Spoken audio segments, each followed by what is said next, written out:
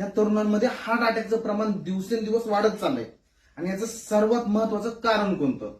याचं रिसर्च केल्यानंतर हे लक्षात आलं की 90% हार्ट अटॅक येण्यामागचं कारण कोणतंय?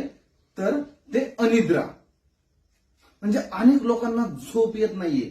जी शरीराला झोप महत्वाची ती झोप भेटत नाही. त्याच्यामुळं अनेक लोकांमध्ये अतिशय लहान मुलांपासून तर तरुणांमध्ये हार्ट अटॅकचं प्रमाण हे वाढलेलं आहे.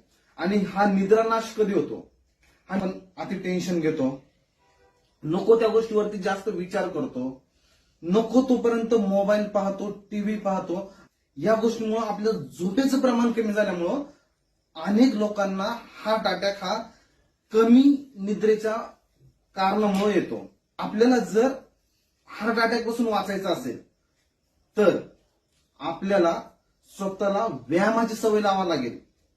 आपल्याला आपला स्वभाव बदलावा लागेल. आपल्या कमी झोपेमुळं आपल्या मेंदूचं प्रोग्रामिंग बदलतं आणि हे प्रोग्रामिंग बदलल्यानंतर आपल्याला heart attack, stroke, brain stroke यासारखे आजार येतात.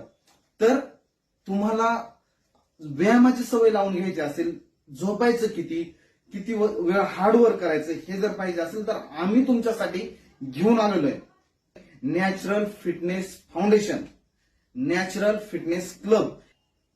याच्यामध्ये आम्ही तुम्हाला स्वतःचा फिटनेस मिळवून देतो. त्याचबरोबर आपल्याला डाएट प्लॅन देतो.